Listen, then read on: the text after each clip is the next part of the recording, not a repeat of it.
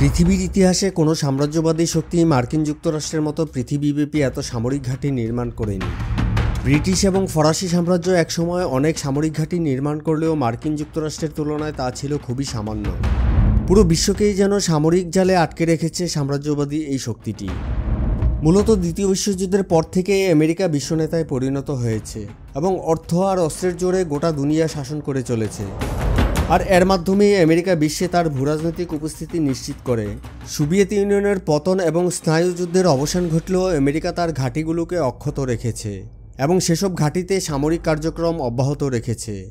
আর এতেই বিশ্বব্যাপী মার্কিনীদের সামরিক ঘাঁটি নির্মাণের প্রকৃত উদ্দেশ্য স্পষ্ট হয়ে ওঠে। তবে মজার ব্যাপার হলো, পৃথিবীব্যাপী বিভিন্ন দেশে বিভিন্ন সময়ে সামরিক আগ্রাসন চালালেও মার্কিনীদের যুদ্ধজয়ের কোনো ইতিহাস খুঁজে পাবেন না। দ্বিতীয় বিশ্বযুদ্ধের পর থেকে এখন পর্যন্ত আমেরিকা যা করতে পেরেছে তা হলো চক্রান্তের নীলনকশার মাধ্যমে দেশে দেশে অস্থিরতা তৈরি করা, সন্ত্রাস বিরোধী অভিযানের নামে লাখ লাখ নিরীহ নারী, পুরুষ ও শিশু হত্যা করা। আর এসবই ছিল আমেরিকার নিজের শক্তি সম্পর্কে বিশ্বকে জানানোর অন্যতম উপায়। মূলত সোভিয়েত ইউনিয়নের পতনের পর থেকে রাশিয়া বা চীন মাথা ব্যথার কারণ হয়ে উঠলেও বিশ্বের সবচেয়ে শক্তিশালী সামরিক সহযোগিতার জোট ন্যাটো আমেরিকার হাতের গুটি হিসেবে ব্যবহৃত হওয়ায় দেশ দুটি সত্যিকার অর্থে আমেরিকার জন্য হুমকি হয়ে উঠতে পারেনি। তবে এত কিছুর পরও আমেরিকা খুব ভালোভাবে আঁচ করতে পেরেছে যে অচিরেই তাদের জন্য বড় ধরনের বিপর্যয় অপেক্ষা করছে। আর তাই তো ক্ষমতা দীর্ঘস্থায়ী করতে মরিয়া আমেরিকা যেসব গোপন ও সুদূরপ্রসারী পরিকল্পনা করছে তার মধ্যে অন্যতম হলো বিদেশের মাটিতে সেনাঘাঁটি স্থাপনের মাধ্যমে নিজেদের অবস্থান সুরক্ষিত করা। মার্কিন সাম্রাজ্যবাদের এই জঘন্য খেলায় বিদেশের মাটিতে সামরিক ঘাঁটিগুলো কী ভূমিকা রাখছে তাই তুলে ধরার চেষ্টা করব আমাদের আজকের এই পর্বে।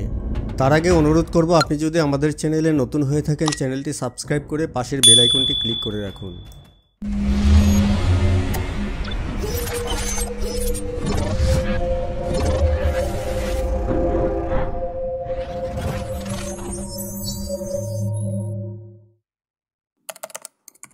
মে 1945। দ্বিতীয় বিশ্বযুদ্ধ প্রায় সমাপ্তির পথে, কিন্তু তখনও মিত্রজোটের বিরুদ্ধে প্রায় একাই যুদ্ধ চালিয়ে যাচ্ছিল একগুঁয়ে জাপান। তবে জুলাই মাস নাগাদ জাপানের অসহায় আত্মসমর্পণ অনেকটাই নিশ্চিত হয়ে যায়। এরপরই অগাস্ট মাসে মার্কিন প্রেসিডেন্ট ট্রুম্যানের নির্দেশে হিরোশিমা ও নাগাসাকিতে ফেলা হলো অ্যাটম বোমা। মূলত সোভিয়েত ইউনিয়নকে নিজেদের শক্তি সম্পর্কে চোখে আঙ্গুল দিয়ে দেখিয়ে দিতেই যে ট্রুম্যান এই সিদ্ধান্ত নিয়েছিলেন তা বলার অপেক্ষা রাখে না। আর এতে অবশ্যম্ভাবীভাবেই সোভিয়েত ইউনিয়নের সাথে স্নায়ুযুদ্ধে জড়িয়ে পড়ে মার্কিন যুক্তরাষ্ট্র, যা পৃথিবীব্যাপী মার্কিন সামরিক ঘাঁটি নির্মাণের পরিকল্পনাকে ত্বরান্বিত করে। 1991 সালে সোভিয়েত ইউনিয়নের পতনের পর সামনে আসে চমকে যাওয়ার মতো এক তথ্য। এতে দেখা যায় বিশ্বের 40টি দেশে 1600-এর বেশি সামরিক ঘাঁটি রয়েছে আমেরিকার। 2015 সালে প্রকাশিত আমেরিকান ইউনিভার্সিটির অধ্যাপক ডেভিড বাইনের গবেষণাধর্মী বই বেজ নেশনে বিশ্বব্যাপী মার্কিন সামরিক ঘাঁটির একটি তুলনামূলক চিত্র তুলে ধরা হয়। তার হিসেবে 2021 সাল পর্যন্ত বিশ্বের 80টি দেশে 750টি সামরিক ঘাঁটি রয়েছে আমেরিকার। এর মধ্যে 38টি দেশের মার্কিন ঘাঁটিতে বিপুল পরিমাণ সেনা ও অস্ত্র মজুদ রয়েছে এবং বাকি দেশের ঘাঁটিগুলো ব্যবহার হয় মূলত বিভিন্ন সামরিক কৌশলগত কাজে। তবে ডেভিড বাইন মনে করেন মার্কিন সামরিক ঘাঁটির প্রকৃত সংখ্যা আরও অনেক বেশি। এই ঘাঁটিগুলোর অবস্থান যদি আমরা মানচিত্রের মধ্যে দেখি তাহলে চিত্রটা এমন দেখা যায়। মানচিত্রে দেখানো বিন্দুগুলো হলো এক একটা মার্কিন সামরিক ঘাঁটি। তবে মানচিত্রে দেখানো এই বিন্দুগুলো কেবলই ঘাঁটিগুলোর অবস্থান বা সংখ্যা সম্পর্কে একটা ধারণা দেওয়ার জন্য।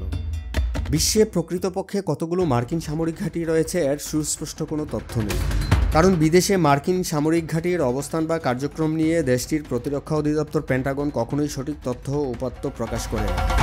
বিষয়টা কতটা গোপনীয় তা বোঝাতে সংশ্লিষ্ট বিশেষজ্ঞরা বলেন, বিদেশে আমেরিকার কতগুলো সামরিক ঘাঁটি রয়েছে তা তারা নিজেরাও জানেন না। এ কথার সত্যতা পাওয়া যায় সিআইএর সাবেক কনসালটেন্ট চ্যালেস জনসনের কথায়। তিনি বলেন, বাস্তবতা হলো আমাদের সামরিক ঘাঁটি পৃথিবী নামক গ্রহটি ঘিরে রেখেছে, আর সরকারের গোপনীয়তার কারণে আমাদের নাগরিকরা তা জানেন না। অর্থাৎ বিশ্বের বিভিন্ন দেশে মার্কিন সামরিক ঘাঁটি ও সৈন্য সংখ্যা সম্পর্কে সরকারিভাবে যেসব তথ্য প্রকাশ করা হয় তা বরাবরই বিভ্রান্তিকর। দ্বিতীয় বিশ্বযুদ্ধের সময় ব্রিটেনকে 50টি পুরনো ডেস্ট্রয়ার শ্রেণীর যুদ্ধজাহাজ দেওয়ার বিনিময়ে ক্যারিবিয়ান দ্বীপপুঞ্জে থাকা 8টি ব্রিটিশ নৌঘাঁটি 99 বছরের জন্য লিজ নেয় যুক্তরাষ্ট্র। এরপরই মূলত বিদেশে সামরিক ঘাঁটি বানানোর কাজ জোরে সোরে শুরু করে মার্কিন সামরিক বাহিনী। পরবর্তীতে পার্ল হারবার আক্রমণের মধ্য দিয়ে জাপানের সাথে যুদ্ধে জড়িয়ে যায় দেশটি। এরপর সঙ্গত কারণেই প্রশান্ত মহাসাগরীয় অঞ্চল তথা বিশ্বের বিভিন্ন অঞ্চলে ব্যাপক হারে সামরিক ঘাঁটি বানানো শুরু করে যুক্তরাষ্ট্র। পুরনো নথি অনুযায়ী 1945 সাল পর্যন্ত মাসে গড়ে 112টি করে বিদেশে মিলিটারি বেস বানিয়েছে যুক্তরাষ্ট্র। এভাবে দ্বিতীয় বিশ্বযুদ্ধের শেষ নাগাদ দেখা যায় সারা বিশ্বে জালের মতো ছড়িয়ে পড়েছে মার্কিন সামরিক ঘাঁটি। দ্বিতীয় বিশ্বযুদ্ধের শেষের দিকে কোরীয় উপদ্বীপ এবং ভিয়েতনামেও যুদ্ধে জড়িয়ে যায় দেশটি। সঙ্গত কারণেই প্রথমে সোভিয়েত ইউনিয়নের সাথে টক্কর দেওয়ার স্নায়ুযুদ্ধ, পরবর্তীতে চীন, ইরান, উত্তর কোরিয়ার মতো মার্কিন বিরোধী রাষ্ট্রগুলো উত্তর আমেরিকার এই দেশটির সারা বিশ্বে এত বিপুল পরিমাণ সামরিক ঘাঁটি রাখতে অঘোষিত বৈধতা দিয়েছে। এসব ঘাঁটি আমেরিকাকে বিনা চ্যালেঞ্জে তার কৌশল বাস্তবায়নের পথকে সুগম করেছে। আর দেশটির এই কৌশলে যে সহজেই পরিবর্তন আসবে সেটা ভাবার কোনো সুযোগ নেই। বরং 2001 সালের 11 সেপ্টেম্বর আমেরিকায় সন্ত্রাসী হামলার পর নতুন করে আরও 60টি দেশে সামরিক ঘাঁটি গড়ে তুলেছে যুক্তরাষ্ট্র। এমনকি 2011 থেকে 2015 সালের মধ্যে মার্কিন সামরিক ঘাঁটি স্থাপনের এই কৌশল নাটকীয়ভাবে বেড়ে গেছে। পরিসংখ্যান অনুযায়ী এসব ঘাঁটির জন্য প্রায় 8,45,411টি ভবন এবং স্থাপনা রয়েছে, যা নির্মাণের জন্য 3 কোটি একর ভূমি অধিগ্রহণ করতে হয়েছিল যুক্তরাষ্ট্রকে। সেই হিসেবে পেন্টাগন হচ্ছে বিশ্বের অন্যতম ভূমি মালিক। এবার চলুন আমেরিকার এসব ঘাঁটি কী উদ্দেশ্যে স্থাপন করা হয়েছে এবং কী কাজে ব্যবহৃত হচ্ছে এসব ঘাঁটি তার একটা ধারণা নেওয়ার চেষ্টা করি। মোটা দাগে এসব সামরিক ঘাঁটি স্থাপনের প্রথম ও প্রধান উদ্দেশ্য যে যুদ্ধকালীন পরিস্থিতির মোকাবেলায় প্রস্তুত থাকা তা বলার অপেক্ষা রাখে না। যুদ্ধ বেঁধে গেলে বাড়তি সুবিধা নিতে এবং সোভিয়েত ইউনিয়নকে চাপে রাখতেই মূলত ইউরোপের বিভিন্ন দেশে আমেরিকা নিজেদের উপস্থিতি বাড়িয়েছে আর একে একে তৈরি করেছে শক্তিশালী সব সামরিক ঘাঁটি, যাতে মুহূর্তের নোটিশে যে কোনো পরিস্থিতি মোকাবেলা করা যায়। এছাড়াও মধ্যপ্রাচ্যে আমেরিকার যে বহু সংখ্যক ঘাঁটি রয়েছে এর পিছনে মূলত 3টি উদ্দেশ্য কাজ করেছে বলে বিশেষজ্ঞদের ধারণা। আমেরিকার জর্জটাউন বিশ্ববিদ্যালয়ের স্কুল অফ ফরেন সার্ভিসের কাতার শাখার centre for international and regional স্টাডিজের পরিচালক মেহরান কামরাবা বলেন, 3টি কারণে আমেরিকা মধ্যপ্রাচ্যে সামরিক ঘাঁটি গড়ে তুলেছে। প্রথমত, মধ্যপ্রাচ্যের তেল সম্পদের সরবরাহ নিশ্চিতকরণ, দ্বিতীয়ত ইসরায়েল রাষ্ট্রের নিরাপত্তার গ্যারান্টি এবং এ অঞ্চলে মার্কিন স্বার্থের প্রতি হুমকি মোকাবেলা করা। অর্থাৎ সংক্ষেপে বলতে গেলে মার্কিন সৈন্যদের অবস্থান, অস্ত্র ও বিস্ফোরক মজুদ এবং মোতায়েন করা, বিমান বা যুদ্ধজাহাজ অবতরণ ও নোঙ্গর করা, খাদ্য জ্বালানি সহ রসদ মজুদ ও সরবরাহ করা সহ অনেক কাজেই এই সেনাঘাঁটিগুলো ব্যবহার করা হচ্ছে। কিছু ঘাঁটি আছে যেখান থেকে ড্রোন অপারেশন এবং আকাশ প্রতিরক্ষায় নজরদারি চালানো হয়, যে কারণে যুদ্ধকালীন পরিস্থিতিতে সেনা, অস্ত্র ও রসদ সরবরাহ নিয়ে বিন্দুমাত্র চিন্তিত হবার কোনো কারণ নেই মার্কিনীদের। তবে অনেক বিশ্লেষক মনে করেন এসব ছাড়াও আরও কিছু কৌশলগত কাজে এসব ঘাঁটির ব্যাপক ভূমিকা রয়েছে, যেমন তথাকথিত সন্ত্রাসবাদের বিরুদ্ধে যুদ্ধ, মানবাধিকার বা গণতন্ত্র প্রতিষ্ঠা এবং সেই সঙ্গে দেশে দেশে অনুগত শাসক শ্রেণী তৈরি করতে প্রত্যক্ষ ও পরোক্ষভাবে এসব ঘাঁটিগুলোকে কাজে লাগাচ্ছে পেন্টাগন। এছাড়াও বিশ্বের বিভিন্ন প্রান্তে যেসব খনিজ সম্পদ রয়েছে তার উপর একচেটিয়া কর্তৃত্ব প্রতিষ্ঠা, বিশ্ব অর্থনীতি ও তার আর্থিক বাজার নিয়ন্ত্রণ করাও আমেরিকার গুরুত্বপূর্ণ লক্ষ্য। আর এসব লক্ষ্য অর্জন করতে গেলে সামরিক দিক দিয়ে একক অধিপতির আসনে বসতে না পারলে আমেরিকার কথা যে কারোর কাছেই গুরুত্ব পাবে না, সে বিষয়টি ওয়াশিংটনের কাছে পরিষ্কার। সুতরাং এতক্ষণে নিশ্চয়ই বুঝে গেছেন যে কেন এবং কিভাবে মার্কিন সামরিক ঘাঁটিগুলো তাদের সাম্রাজ্যবাদ বিস্তারের হাতিয়ার হিসেবে ব্যবহৃত হচ্ছে। দ্বিতীয় বিশ্বযুদ্ধে যুক্তরাষ্ট্র 3 বিজিত শক্তি জাপান, জার্মানি ও ইতালির শত্রুপক্ষ ছিল। কিন্তু মজার ব্যাপার হলো বর্তমানে এই 3 দেশেই রয়েছে আমেরিকার সবচেয়ে বেশি সামরিক ঘাঁটি। 2021 সালে মার্কিন প্রতিরক্ষা মন্ত্রণালয়ের এক পরিসংখ্যানে জানানো হয়, বর্তমানে জাপানে রয়েছে তাদের সবচেয়ে বেশি সামরিক ঘাঁটি। দেশটিতে রয়েছে 120টি ঘাঁটি, আর এসব ঘাঁটিতে মোতায়েন আছে 56,010 জন মার্কিন সেনা। জার্মানিতে রয়েছে দ্বিতীয় সর্বোচ্চ 119টি ঘাঁটি। এসব ঘাঁটিতে কর্মরত আছে প্রায় 35,000 মার্কিন সেনা। এশিয়ার আরেক মার্কিন মিত্র দক্ষিণ কোরিয়াতে রয়েছে 73টি মার্কিন ঘাঁটি, যেখানে মোতায়েন রয়েছে 25,593 জন মার্কিন সেনা। এছাড়া ইতালিতে 44টি এবং আমেরিকার সবচেয়ে ঘনিষ্ঠ মিত্র যুক্তরাজ্যে 25টি ঘাঁটি সহ ইউরোপের অন্যান্য দেশের ঘাঁটিগুলোতে মোট 60,000-এরও বেশি সেনা মোতায়েন রেখেছে যুক্তরাষ্ট্র। এর মধ্যে মূলত চীন ও উত্তর কোরিয়াকে চাপে রাখতে জাপান ও দক্ষিণ কোরিয়ার ঘাঁটিগুলোতে বিপুল পরিমাণ সেনা ও অস্ত্র মজুদ রেখেছে যুক্তরাষ্ট্র। অন্যদিকে রাশিয়াকে চাপে রাখতে ইউরোপের বিভিন্ন দেশে সেনা ও অস্ত্র মজুদ রেখেছে যুক্তরাষ্ট্র। একই সাথে ন্যাটোর মতো শক্তিশালী সামরিক সহায়তা জোটের নেতৃত্বে থেকে সামরিক ও অর্থনৈতিক সহায়তা দিয়ে যাচ্ছে দেশটি। অপরদিকে এশিয়ায় আমেরিকার শত্রু হিসাবে বিবেচিত ইরানকে চাপে রাখতে 2011 সাল পর্যন্ত ইরানের দুই পাশে 19টি ঘাঁটি ছিল। কিন্তু বর্তমানে মধ্য এশিয়ার কয়েকটি দেশ ও ভূমধ্যসাগরীয় দেশগুলোকে বিবেচনায় নিলে ইরানকে ঘিরে মার্কিন সামরিক ঘাঁটির সংখ্যা 25টি। মূলত উপসাগরীয় যুদ্ধের পর থেকে মধ্যপ্রাচ্যের দেশগুলোতে ব্যাপক মার্কিন সামরিক উপস্থিতি লক্ষ্য করা যায়।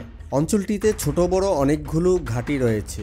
এর মধ্যে সবচেয়ে বড় ঘাঁটিটির নাম আল উদেইদ, যার অবস্থান কাতারের রাজধানী দোহায়।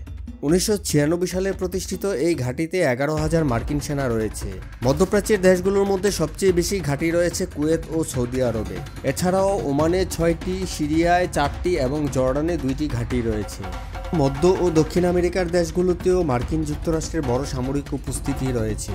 কিউবার দক্ষিণাঞ্চলে অবস্থিত গুয়ান্তানামো বে নৌঘাঁটি ওয়াশিংটনের সবচেয়ে পুরনো ঘাঁটিগুলোর একটি। এছাড়া ব্রাজিল, কলম্বিয়া ও পানামাতেও আমেরিকার সেনাঘাঁটি রয়েছে অনেকদিন থেকেই। আফ্রিকা মহাদেশ, অস্ট্রেলিয়া, নিউজিল্যান্ড এমনকি অ্যান্টার্কটিকাতেও মার্কিন ঘাঁটি রয়েছে বলে শোনা যায়।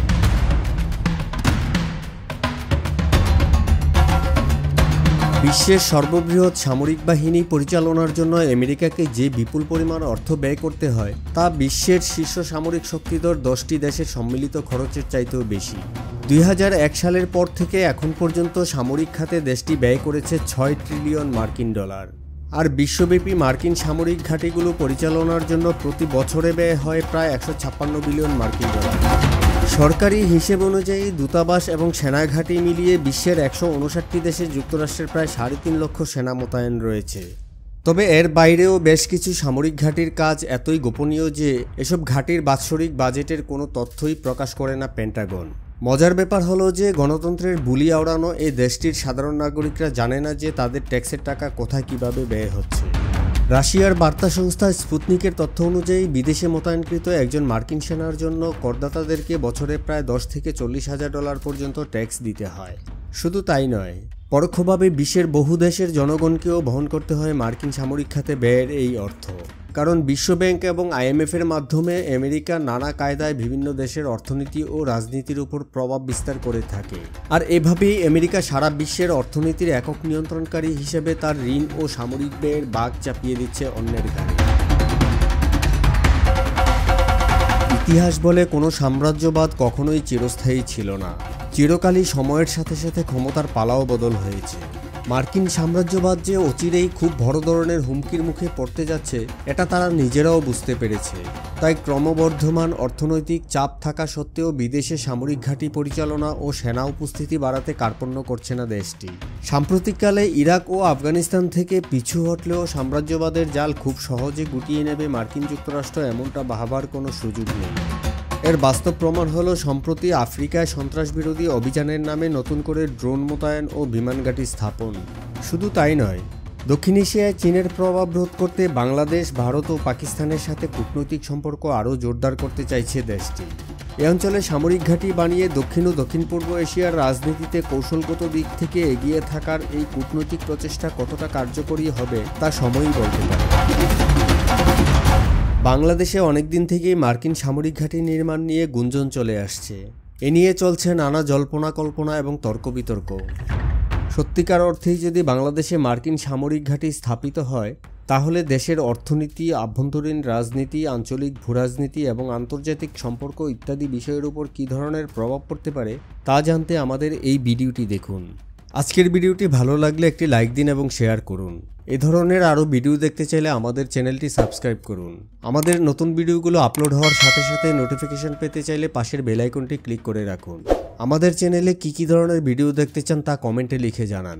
দেখা হচ্ছে আপনার পছন্দের নতুন কোনো ভিডিওতে। ততক্ষণ পর্যন্ত ভালো থাকুন, সুস্থ থাকুন।